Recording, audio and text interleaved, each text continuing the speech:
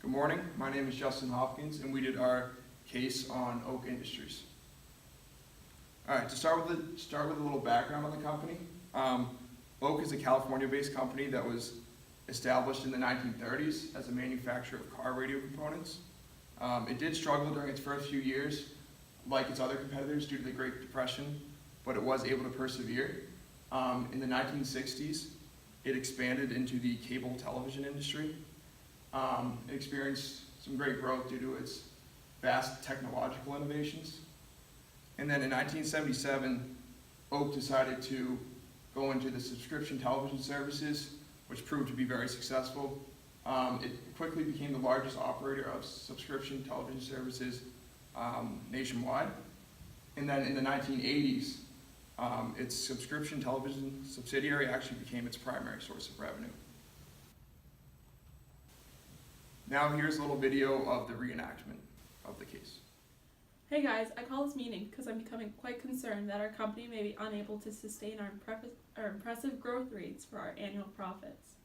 I agree. Our internal audit team has done some analyses, and it looks like our growth is going to slow substantially in the upcoming years. Oh, I know. Let's create some reserves so when needed we can dip into them to boost our reported profits. Sounds great. I'll get on it. Hey Mike, mind if I take a seat? Yeah, sure, of course.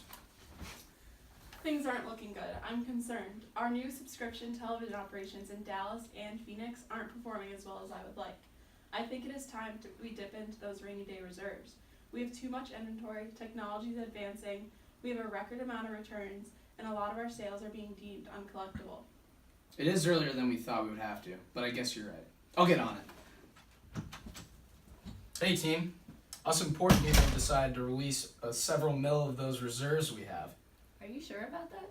Don't question me. The reversal of these reserves will reduce our expenses and allow us to sustain a smooth upward earnings trend, real appealing to our shareholders. All right, I'm on it. Our first quarter sales and net income were greater than any first quarter in company's history. Things are looking great and we are awesome.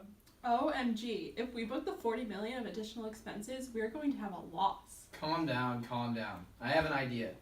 Let's report earnings per share of 25 cents for 1982, and then translate net income to 4.1 million. Yes, do that. Talk to your team and get it done. All right, I'm on it. So, controller dude, I'm gonna need you to look into the 40 million of unrecorded expenses and see what we could book to report earnings per share of 25 cents. Really?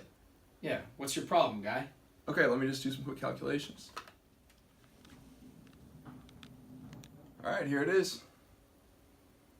All right, great. Now allocate that amount between the reserves for bad debts and inventory obsolescence. Whatever you say. What are these memos? Oh wow, this says that inventory reserve is significantly understated. Hey, controller. It's year end and we need to write down inventory by 10 million. Here you go. Yeah, sure.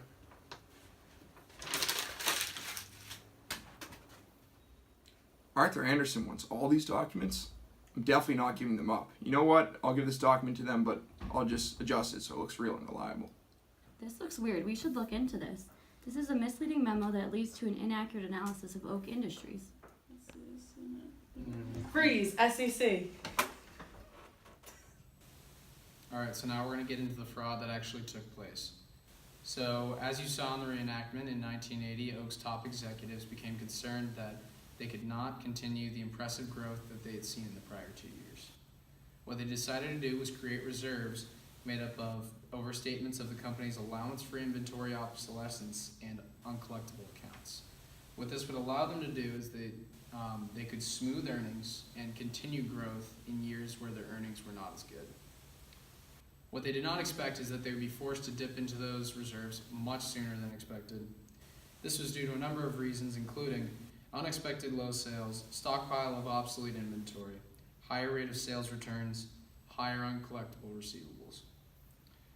So when this occurred, they reversed the reserves, significantly lowering the expenses and allowing there to be higher net income. So there's a couple of interesting parts of this fraud and this case that are different from cases that we've seen in the past. So most cases that we've seen in the past have involved defalcations, which is a misappropriation of assets. For this case, it's financial reporting fraud that we're mostly focusing on, which is the intentional manipulation of financial results to portray a misleading view of the company.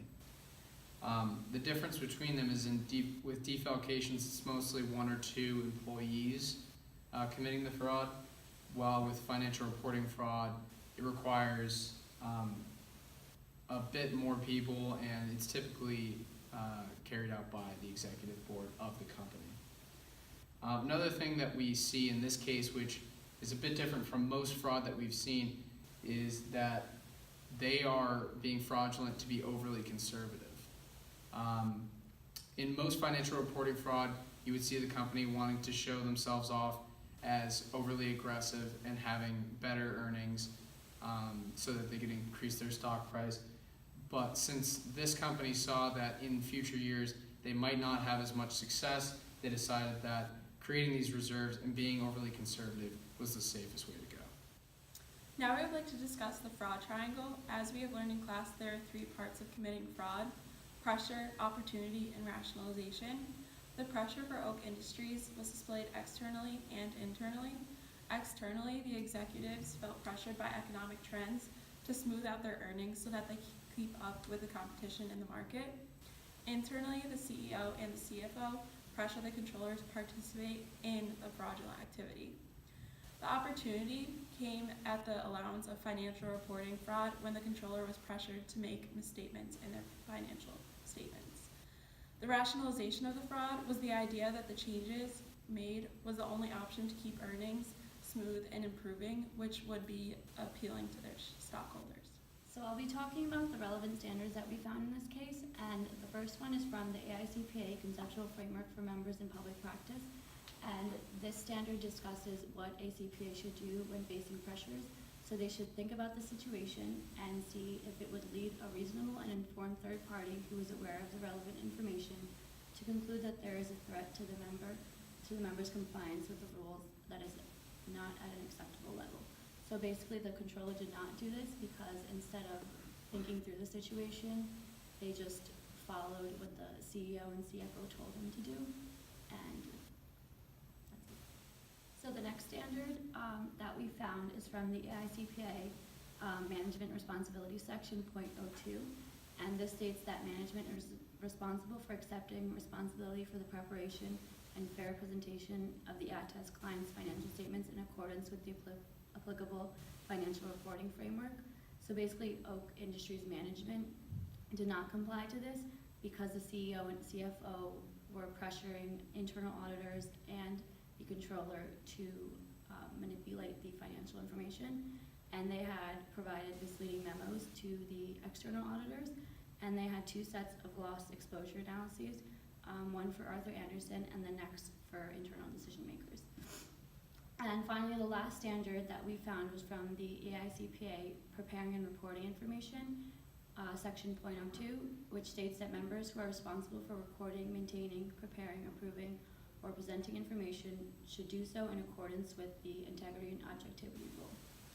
And like I said before, the internal auditors did not comply to this because they were involved in providing false documents to the external auditors, which was Arthur Andersen in this case. We would now like to address some of the failures by Arthur Andersen, the external auditors.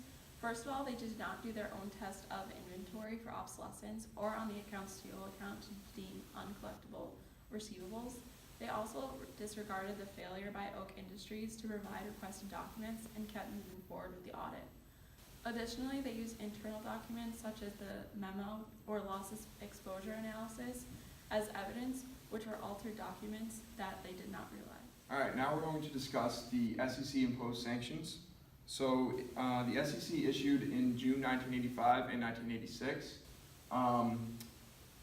release documents which address Oak's poor and unprofessional accounting and financial reporting practices. One of the first sanctions that it issued was the banning of Oak's CEO from serving as either an officer or a director of any publicly traded company. Another sanction was that the CFO, the controller, as well as 2 other officers actually settled. They agreed not to violate any more federal security laws in the future. And the SEC also ordered for the establishment of an audit committee. The audit committee would take an active role and oversee the company's accounting and financial reporting practices. And then in 1985, Oak actually voluntarily reissued its financial statements for 1982 and 1983, which had a net effect of reducing its net income by approximately $44 million. So one of the main characters in this case is the controller. So initially the controller actually recommended that Oak Industries disclose the several $1 million of illicit rainy day funds. But after the CEO and the CFO pressured him, he kind of caved and started to follow the CFO's instructions, started withholding documents from the auditors. He even edited memos and the loss exposure analyses. And finally, he signed a letter to the auditors attesting to the accuracy of the financial statements. In the epilogue of the case, they talk about how he was a good soldier. What they're meaning by that is that he was not a primary decision maker and that what he was doing was just following orders. It's also noted that there's a lot of added pressure on a controller when their superior is not also a CPA. However, I feel like that doesn't really defend against him neglecting his professional responsibilities. They also note sort of solutions for when a controller is pressured by a CFO to do something that they don't think is ethical. They say that they should make allies with the board of directors, the legal counsel, and the internal